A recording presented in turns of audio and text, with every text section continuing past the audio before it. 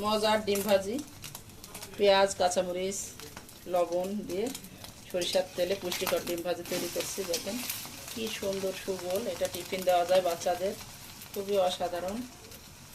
একটু বেশি তেলে ভেজে নেবেন, নাস্তায়ও খাওয়া যাবে, আত্মীয় স্বজন আসলেও ঝটপট, ঘরে কিছু না থাকলে ডিম থেকেই থাকে, এভাবে ভেজে নেওয়া যায়। আর এদিকে একটা ডিম পোজো করে নিয়েছি পেঁয়াজ ছাড়া, খুবই অসাধারণ লাগবে খেতে। Please subscribe, like, share, comment করবেন।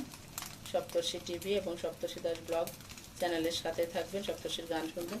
একটু সুন্দর করে ভেজে নিচ্ছি, হয়ে গেছে। এখন নামিয়ে গরম গরম পরিবেশন করব, খালি মুখে অথবা ভাতের সাথে খাওয়া যেতে পারে, বিরিয়ানিতে, পোলাওয়ে, সব কিছুতেই জমে যাবে, রুটি পরোটা সব কিছুর সাথেই। হয়ে গেল মজার।